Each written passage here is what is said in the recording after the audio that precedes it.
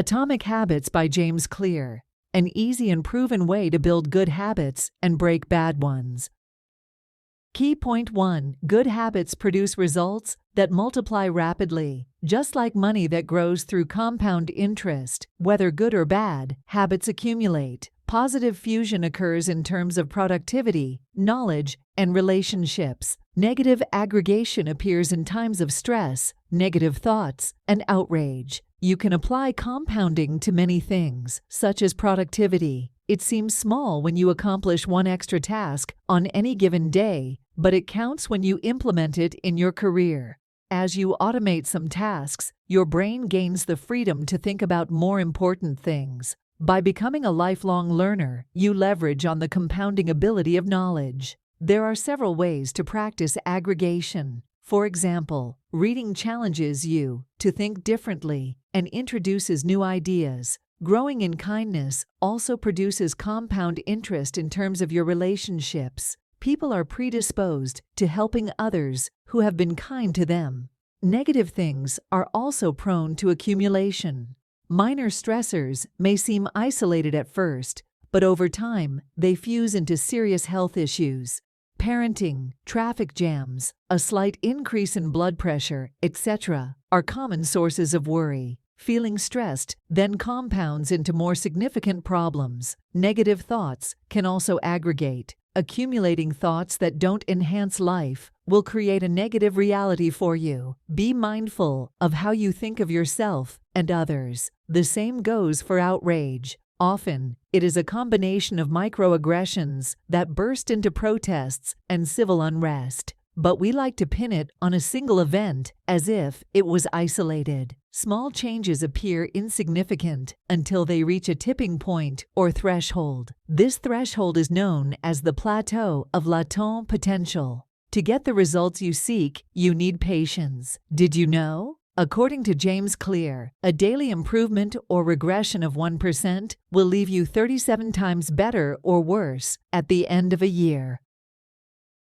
Key point 2. Breaking a bad habit is an arduous task. It is complicated to build good habits and perhaps more challenging to break bad ones. However, it is possible. There is a hack. Instead of focusing on the outcome you seek to achieve, which may seem so far off, spend time creating an effective structure that allows you to progress toward the goal. Goals tell you where you want to go, and systems show you how to get there. Anyone can set aims, but those who achieve these ambitions have created a good strategy for reaching their objectives. James Clear. What separates winners from losers is the system of continuous small improvements that the winners implement which help them to achieve their goal. Aims are transient. Everyone wants results, but problems often resurface with this mindset. Lasting change comes from creating the proper process and automating procedures. The excitement that comes from achieving goals is usually short-lived. Besides, people who focus on goals tend to put off being happy. With a systems-first mentality, you enjoy every step that leads up to the aim. If the things you do please you, you will want to do them again.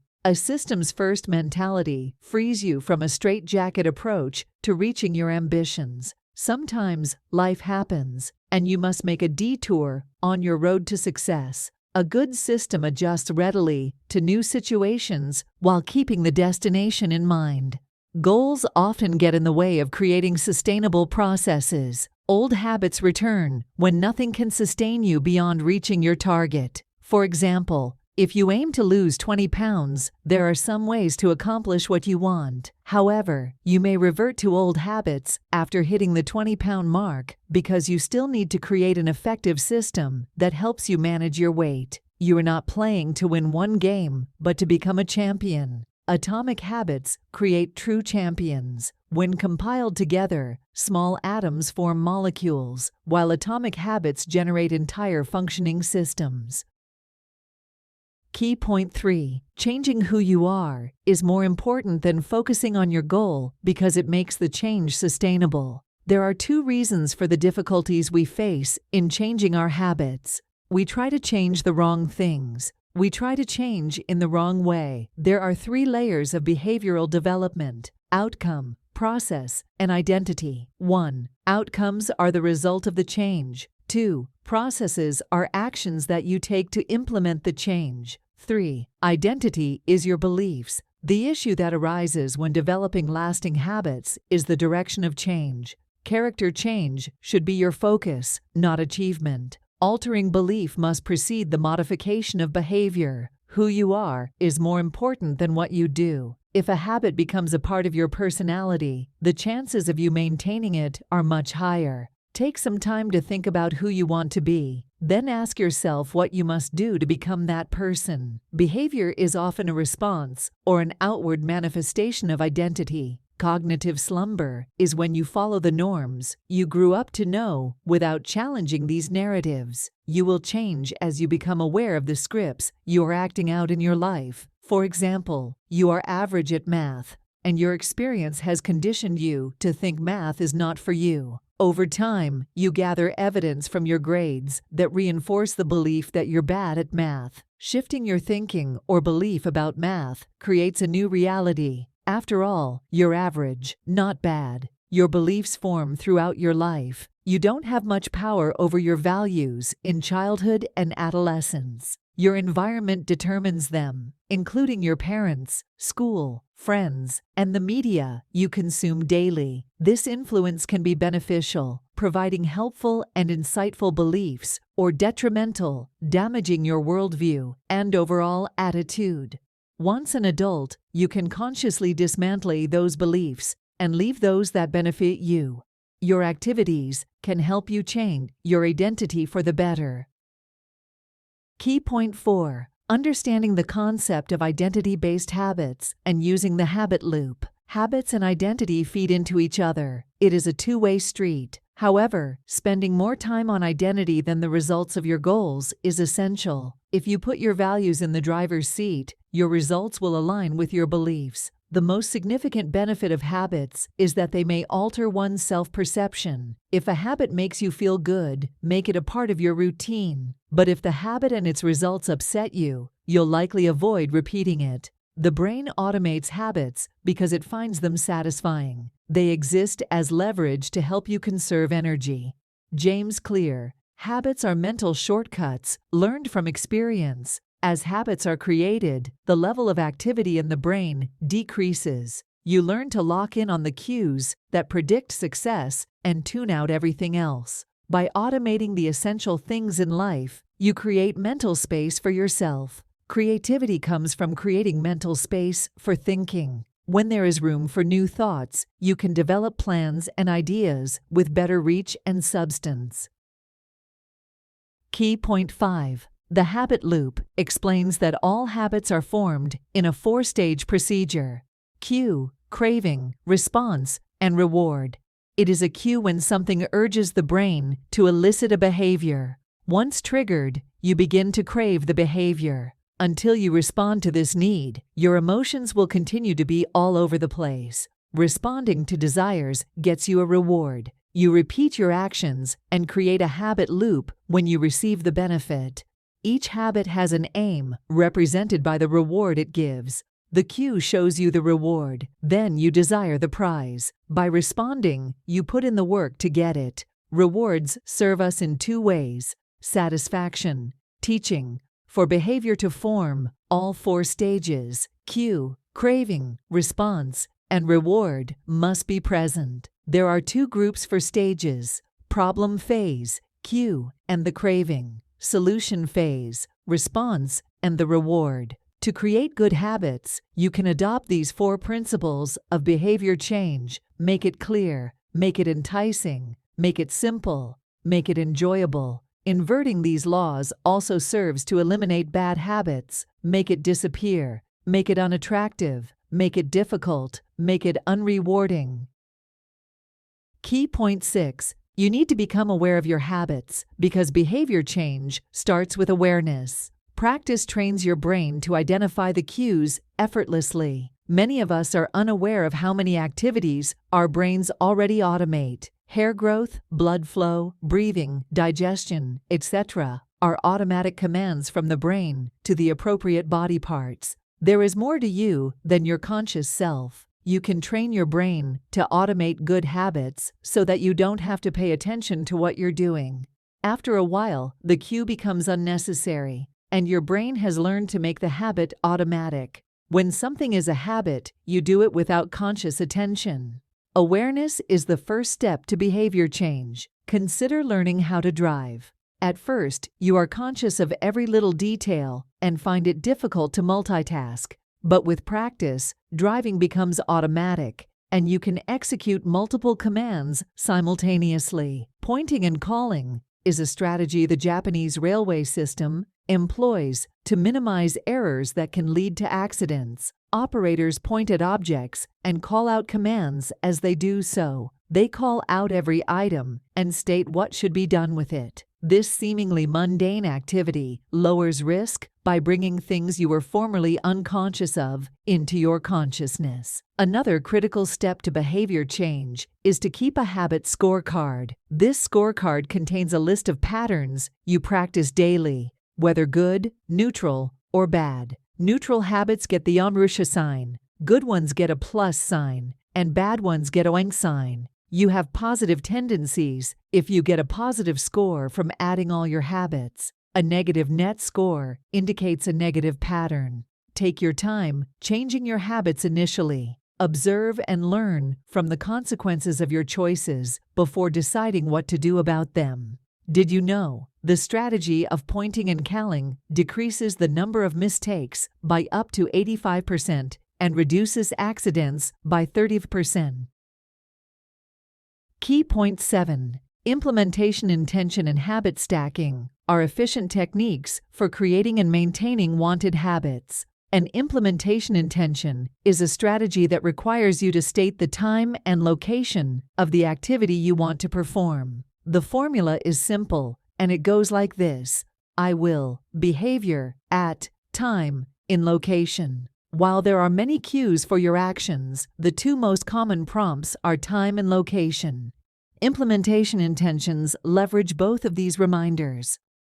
Habit stacking is a technique that encourages you to combine routines. You can attach your morning coffee to reading the news. It's easier to learn a new habit when you attach it to an existing one. A whole chain of patterns can form from nailing down the fundamentals of habit stacking. You won't be overwhelmed doing something completely different and figuring your way from scratch. Instead, your existing routines will provide you with the necessary comfort, and you'll complement them with minor changes. The effectiveness of routine stacking depends on the foundational cue that begins the chain. You don't have to worry about time and location with this technique. The existing pattern has built in those details. These strategies are effective ways to apply the first law of behavior change. The cues they create are vivid, and the correct application makes it easy to elicit new behavior. Your environment often leads you to make certain choices that betray your identity. Subtly, your environment can make you behave in specific ways. Kurt Lewin suggested that behavior is a function performed by a person under the conditions of their environment. You should be more aware of that and know when not to succumb to the impulses the outside world creates for you. For example, if you want to quit smoking and your friends smoke frequently, you should note when your urge to smoke appears just because you don't want to miss out. Less than 20 years later, an economist, Hawkins Stern, found that the same principle applies to advertising. Stern found that seeing a product for the first time can make shoppers create a need in their minds for the product. He called the phenomenon suggestion impulse buying. Key point 8. Each living thing understands the world in its way and loves undelayed rewards. Humans' primary means of perception is their sensory nervous system. Out of 11 million receptors, sight takes up the most 11 million. The good thing is that you can create an environment where you see what you want to see. A habit can become enticing if it has the right visual cues attached to it. You can use strategies that encourage bad habits to promote good ones. You are more likely to form a habit when there are multiple triggers in your surroundings. Scientists have found that people with high self-control have designed their lives to avoid cues that may make them lose control. Rearrange your environment to produce the results you seek in your life. Self-control works when you find yourself in a compromising situation unexpectedly. When you have to muster strength daily to resist temptations, it is only a matter of time before you fall into it. Optimize your environment to save your willpower for when it is needed. That environment includes the online world. We want to repeat activities that bring us joy. The human brain appreciates immediate rewards.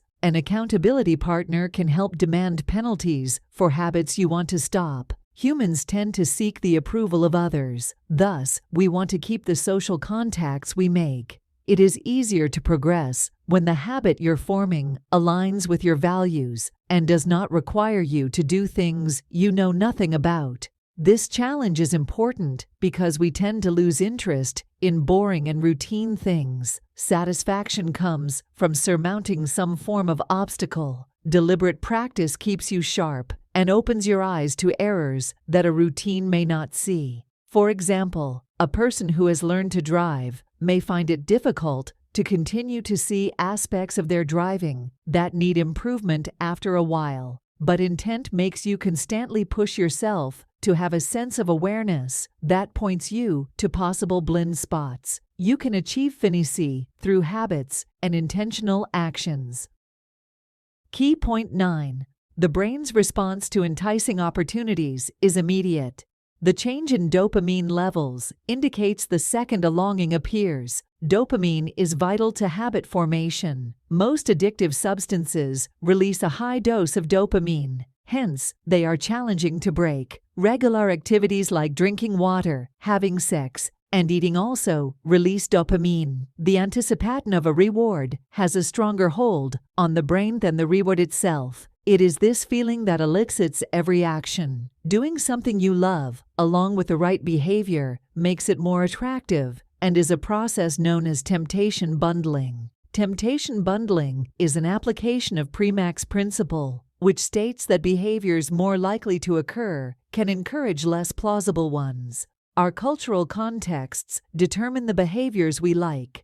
Our innate desire to belong to a group or a tribe makes us embrace behaviors that the group praises. This group can be people we admire, people who share the same background as us, or our close relations. Group behavior often trumps individual behavior. If a person who isn't a bully keeps bullies as friends, they may become bullies themselves to appear cool to the group. You need to be aware of how outside behavior influences you. It's also a good idea to surround yourself with people who make you feel good and don't force you into doing something that makes you uncomfortable. Frequency is more important than duration when it comes to habit formation. Repeated practice is better than elaborate planning and implementation when you want to develop a habit. Keeping it simple is the third principle of behavioral change. Doing something many times means you should do a little at a time. Remove as many obstacles as possible to ensure you continue forming a new habit. Ensure you can complete it within a short time.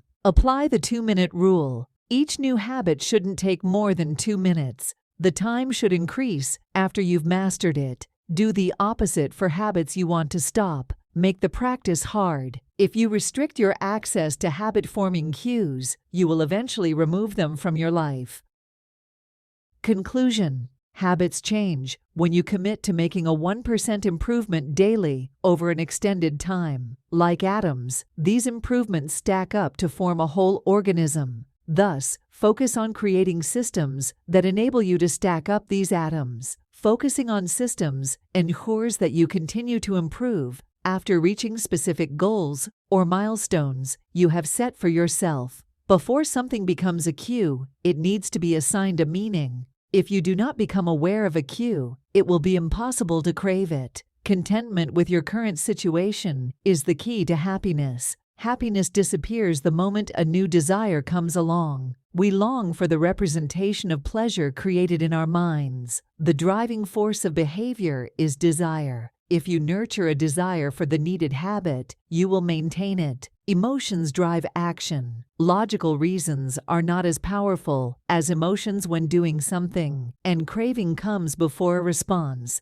It is our feelings that determine what we do. We evaluate actions only after we have carried them out. When these actions are satisfying to our brains, we get reminders at a later time to repeat these actions. Be mindful of what gives you satisfaction.